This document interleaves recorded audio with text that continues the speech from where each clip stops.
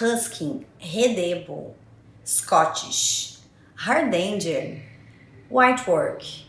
Será que você sabe do que eu estou falando? Todas as palavras, todos esses termos que eu citei são para denominar um mesmo tipo de bordado, que é o bordado hardanger, que é esse bordado com essa estética vazada. E ele é denominado, ele é mais conhecido como hardanger ou whitework.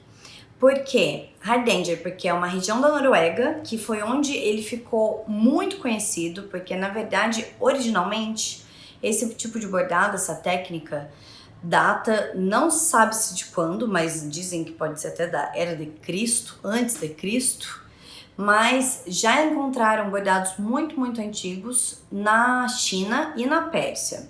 A Pérsia é o que hoje é a região ali do Kuwait, do Irã, da Mesopotâmia, e essa é uma região que já é muito conhecida até hoje por trabalhos manuais, né? Trabalhos têxteis, tem os tapetes persas que são valiosíssimos, são todos lá da mesma região, uma região muito rica artesanalmente. Mas você pode dizer, mas Renata, se esse bordado veio da Pérsia e veio dessa região, por que ele ficou conhecido como Hardanger, que é um lugar na Noruega? Nada a ver. E aí a questão é que, com o Renascimento, com a Idade Média, essa técnica foi migrando ali da região da Pérsia e do Oriente Médio para a Itália, tanto que tem uma técnica que é uma vertente do hardanger, que também é conhecido como renda veneziana. E aí, com os comércios do Renascimento, etc., esse tipo de técnica chegou na Noruega. Só que lá na Noruega, em hardanger, existiam o quê? Grupos de mulheres bordadeiras. E essas mulheres bordadeiras começaram a integrar essa técnica de bordado nos trajes tradicionais noruegueses, que são aqueles aventais brancos, com esses trabalhos vazados, os vestidos, as anáguas. Então, começou a ser associada a essa técnica à tradição norueguesa. E a produção dessa técnica ficou tão grande, foi tão valorizada e reconhecida na Noruega, que os próprios noruegueses começaram a investir em um cultivo próprio de linho para poder suprir essa necessidade. E aí você pode falar, linho, quais são os tecidos então que a gente usa para fazer o hardanger?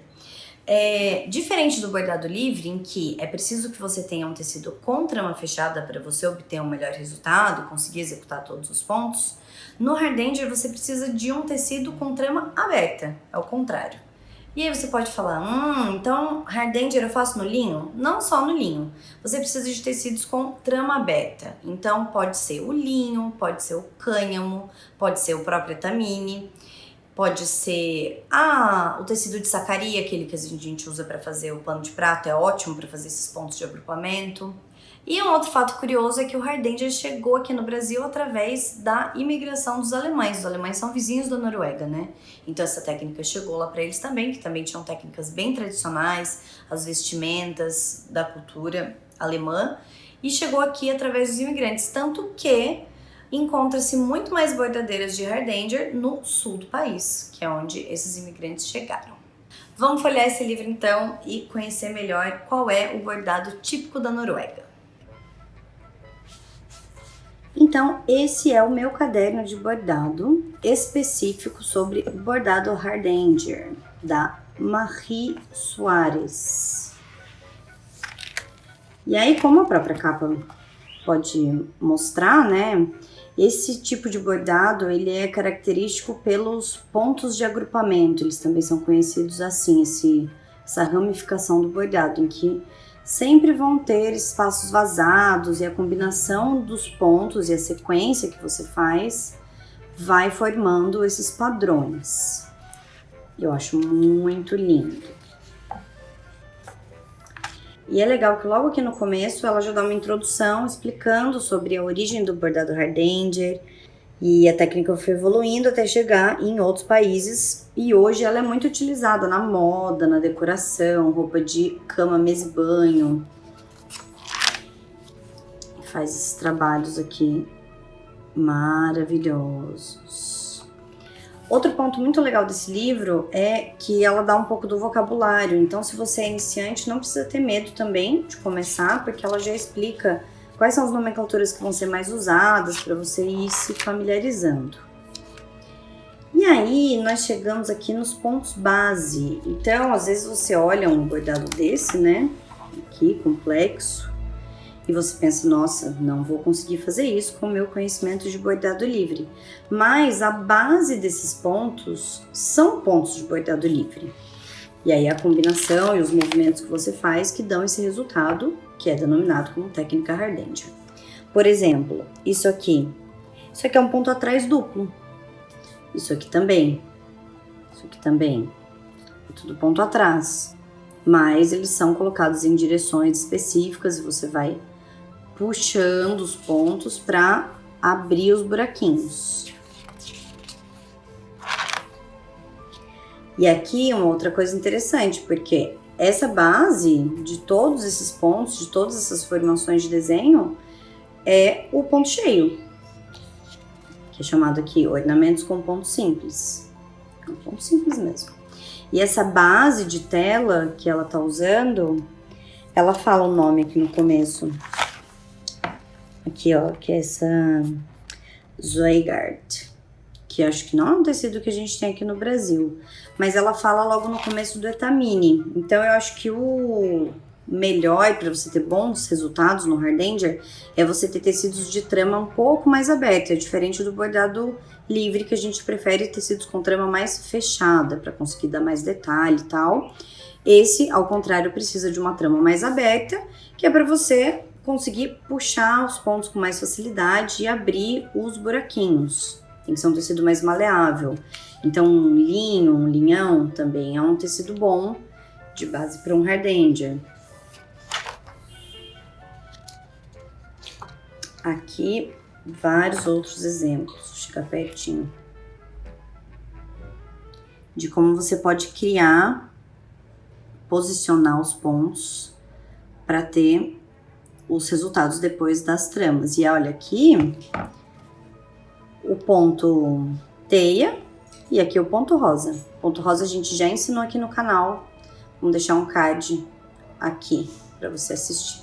E aí vem para essas estruturas que isso que a gente fala que são os pontos de agrupamento, que são os quando você desfaz algumas partes da trama do próprio tecido para deixar esses espaços vazados. Para quem quiser aprender um ponto bem básico dessa ramificação, a gente também tem um tutorial aqui no canal, que é o do ponto ajur. Um ponto muito bom para fazer acabamento de bainha. Bem chique.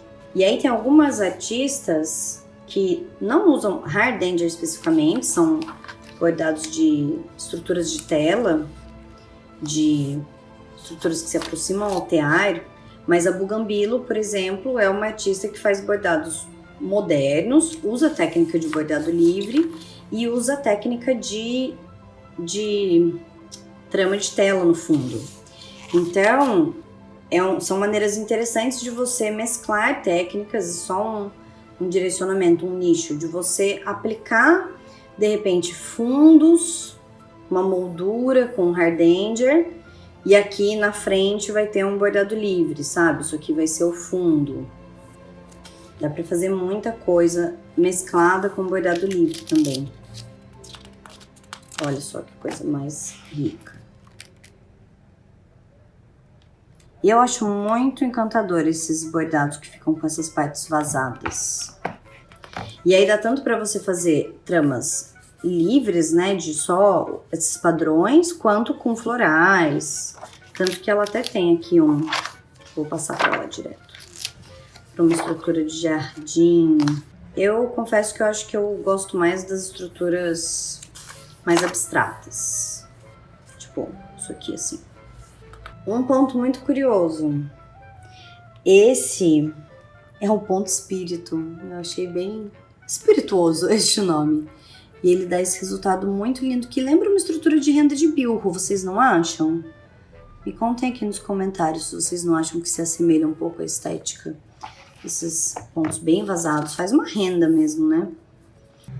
Outro ponto interessante, passei aqui, ó. E aí essa quina, na verdade, forma um L.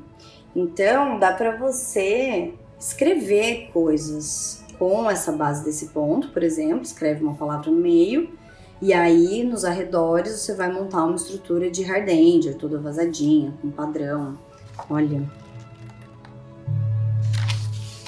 E aí aqui ela dá um padrão, né? Ela sugere um padrão, seria um jardim de Hardanger com flores. E lá no final tem a base, tem o risco para você usar de alguns pontos. Eu achei esse livro bem interessante. Nossa, isso aqui pra mim é a coisa mais linda, que eu falei que eu gosto mais dos padrões, ao invés de elementos figurativos. Muito rico. E aí ela vai explicando nos bordados certinho qual foi a ordem que ela fez, tem os tutoriais dos pontos. Achei um livro bem legal.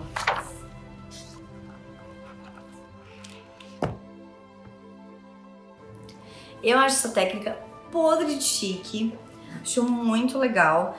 E como eu falei aqui enquanto a gente estava folheando no livro, você não precisa necessariamente ter uma base de bordado tão avançada assim. Se você conhecer o ponto atrás e o ponto cheio, você já consegue fazer várias texturas. Então, vocês podem se aventurar. E esse livro dá para comprar aqui no Brasil, porque eu digitei ele no Google e aparecem algumas opções de lojas para você comprar. Isso hoje, dezembro de 2020. E aí, peraí, ainda não desligue desse vídeo, não interrompa, porque eu quero a ajuda de vocês. Nós fizemos já um vídeo falando do bordado mexicano, em que a gente folheou, mostrou para vocês um pouco do livro da Jimena. E eu quero a ajuda de vocês para definir qual vai ser o próximo livro que nós vamos mostrar aqui no canal. Nós vamos desbravar as terras japonesas. Então eu quero que vocês me digam aqui nos comentários se vocês querem que eu mostre este vídeo de aplicação da Yumiko Higuchi, que a gente ama, que é uma artista maravilhosa de bordado, ou este livro aqui, que eu não sei ler o nome da autora, porque ele está escrito todo em japonês. E apesar disso, eu tenho muito para falar de onde eu comprei esse livro, mostrar as texturas daqui de dentro, inclusive mostrar o quanto você pode aprender num livro de bordado sem saber nada dessa língua, como é o meu caso com o japonês. Então vamos lá. Yumiko Higuchi ou livro tradicional japonês? Espero vocês nos comentários. Ah, não se esquece de compartilhar esse vídeo, tem uma setinha aqui embaixo. Você pode compartilhar esse vídeo com alguém que se interesse por bordado, que gosta de conhecer outras culturas e outras técnicas. Beijo e até a próxima!